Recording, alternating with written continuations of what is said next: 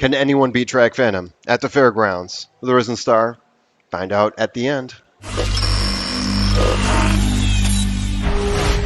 Trust the Profits is proud to be sponsored by Game of Silks. Go to silks.io to get in the game. Real ownership, real races, real rewards. Trust the Profits, it's a formula here, and I am drinking a lovely Willetized Bourbon Barrel Aged Stout. It's got me hanging on here, cranking through the Risen Star. We got 14 races this weekend on a Saturday at the fairgrounds. Number 14 is the Risen Star. It is a hell of a race. Historically and this weekend, the horses that got lined up for this one, spectacular. Going to be wonderful. I'm looking forward to it. Everyone at Trust the Profits is looking forward to it. I hope you're checking out all the content we're putting out. I've got my opinions, but we got plenty of other people who have different angles, different opinions on this race, what's happening this weekend. Double down, pick five, looking at pedigrees with Jessica. I mean, we've got pretty much everything under the sun that we're talking about with the Risen Star. Thank you guys for watching. Thank you for all of your support on this. And and also thank you to Game of Silks. Huge representation from Game of Silks in this race. We've got 10 of 12 horses, and may I say the best 10 horses, do have representation with Silks owners, as I put in the column B here. We know the order of the horses right now. I don't know the odds yet. I haven't seen the odds. I don't think the odds have come out yet. If they have, they're being well hidden because they weren't on Equibase. But we have a pretty good idea. We have a pretty good idea of who's going to be top dog in this one because it's a horse that's been winning and winning quite a bit at fairgrounds. And we know who's going to be at the bottom, and we know more or less who's going to be in between. But yeah, congratulations to all you Game of Silks owners who have a horse in this race because there are some solid horses being represented here. It will be run on February 17th at 2024 at the fairgrounds in New Orleans. It's a G2, purse of $400K. 9 furlongs, that is 1 mile and an eighth on dirt, and there are going to be some Derby points awarded in this one. Speaking of the Derby, look at these horses. Look at the past 3 years. So these are the last 10 winners of this Risen Star. Last 3 years, 3 horses finishing in the money. Angel of Empire, Epicenter, Mandaloun. Mandaloun with an asterisk next to him because officially he won the race. Obviously, if you watch the race, it was Medina Spirit who won, but taking multiple things into account there, Baffert, the Baffert band, Banfert, whatever you want to call it. But yeah, this race projects a ton of horses doing well at the Kentucky Derby. Look at 2016, you got Gunrunner in there. Gunrunner, prolific horse, 12 wins out of 19 races lifetime, and a prolific sire as well. He's got horses in this race as well, including Sierra Leone, who a lot of people like. I know the comment section is full of Sierra Leone fans, and I don't blame you. That is a gutsy horse. If you like closers, it's probably one of the best ones in this race. Let's talk about those horses, though. Enough of looking at the past. Let's look forward to the future. And the future is Tizzy Indie. Maybe. Maybe not. So Tizzy Indie. 3 in the money finishes in 7 races. A 5th at the Lecomte. 13 lengths back of Track Phantom. 3rd place, going 1 mile on turf at the fairgrounds. Coming from 7th. Closing 7 lengths to Card Trick. 2nd place, 8.5 furlongs on dirt. 3 lengths back of Mina. Thanks for joining Tizzy Indie. However, not exactly the caliber of the top level in this race. So we're going to move on from you right now. All apologies. Moving on to Awesome Ruda, who we're going to be moving on from very soon. Apologies to Game of Silks owners and connections to Awesome Ruda everywhere. But so Awesome Ruda, 1 win, 1 second place, 2 third place finishes lifetime. Not so bad. 3rd place, at a 6 furlong allowance optional claimer, 5 lengths back at Donegal Clan in that one. 6th place finish in a 5.5 furlong turf race.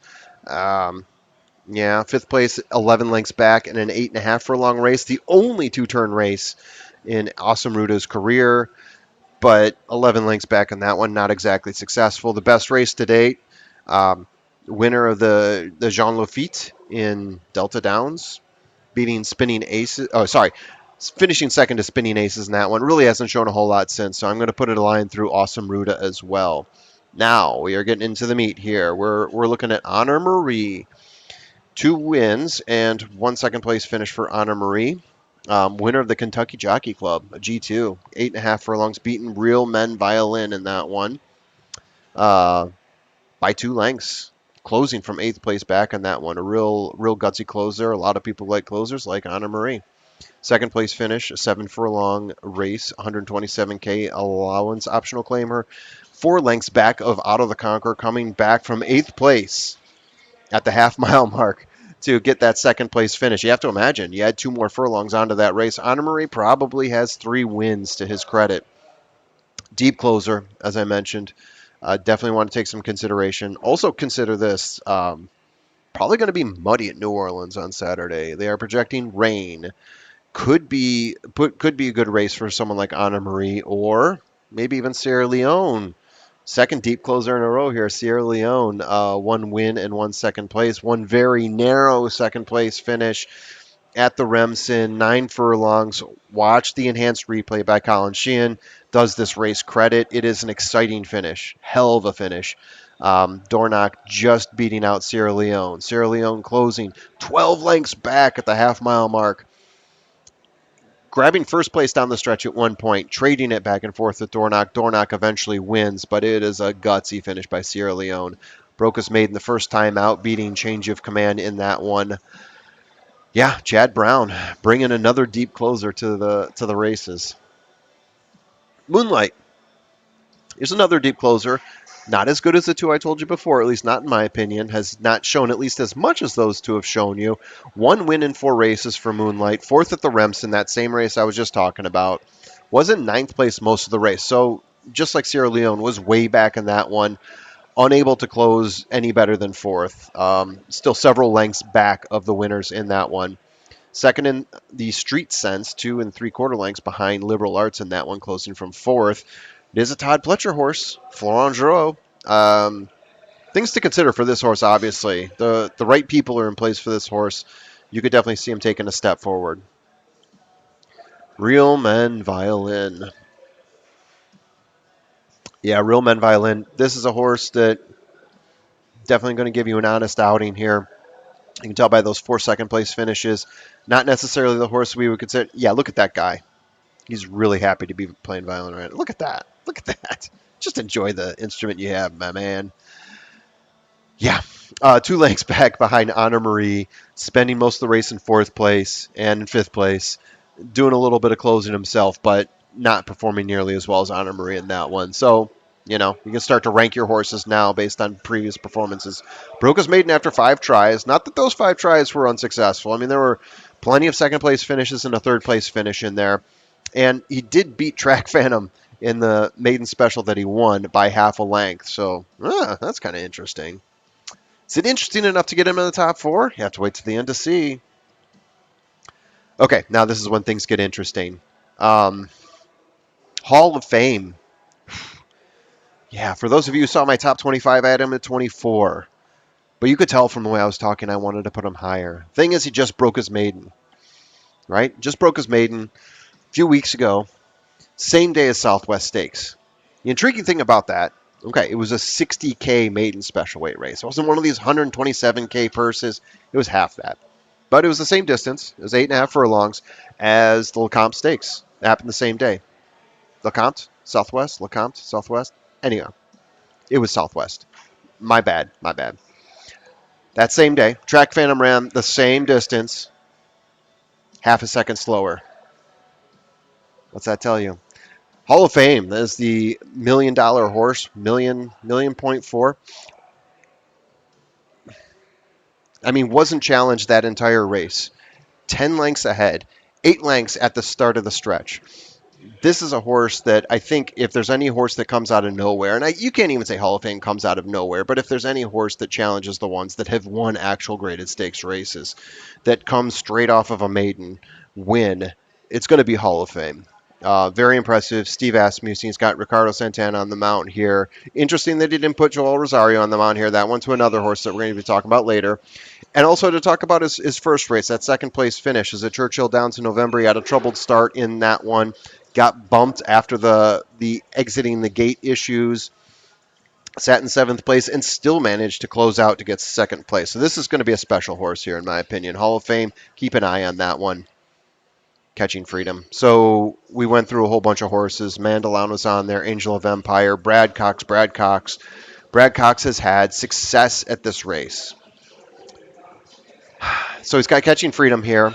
And I got to update this.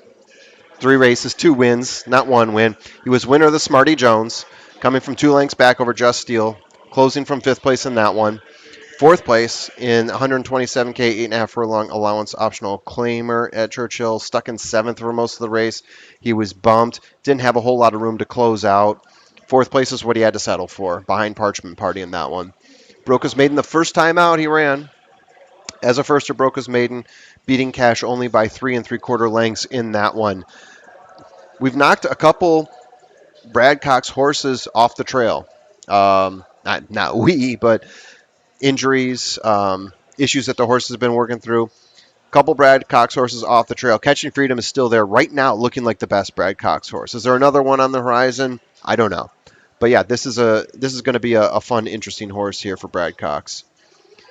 Cardal, Claudia Cardinal from 8.5. Anyone recognize her? Film buff fans, give me credit for that one, huh? 2 in the money finishes. First and a second for Cardinal. Won a 8.5 furlong allowance optional claimer at GP.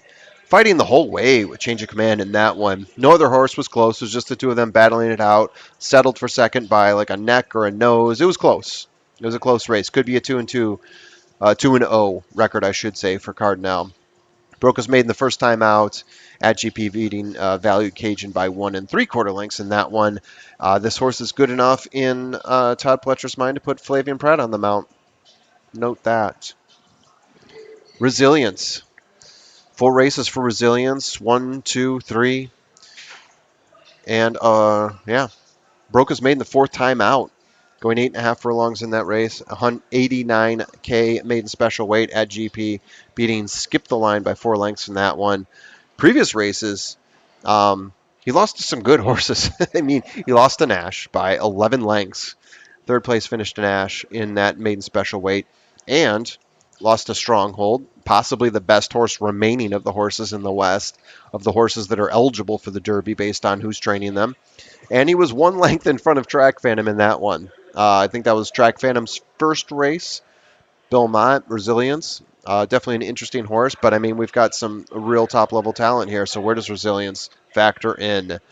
Oh, and here's Track Phantom. Going to be the morning line favorite. I'm almost positive.